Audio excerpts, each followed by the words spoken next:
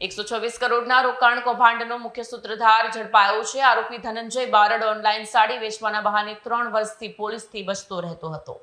કરોડો રૂપિયાના સુકુલ ગ્રુપ કૌભાંડમાં છેલ્લા 3 વર્ષથી પોલીસને થાપ આપી રહેલા વોન્ટેડ આરોપી ધનંજય ઉર્ફે ધનો ભીખુભાઈ બારડની સુરત ક્રાઇમ બ્રાન્ચે ધરપકડ કરી છે. 126 કરોડની છેતરપિંડી બાદ જ્યારે પોલીસ તેની શોધખોળ કરી રહી હતી ત્યારે આરોપી કોઈ અજાણ્યા શહેરમાં જવાનને બદલે સુરતમાં જ નામ અને કામ બદલીને છુપાયો હોવાનું તપાસમાં બહાર આવ્યું છે.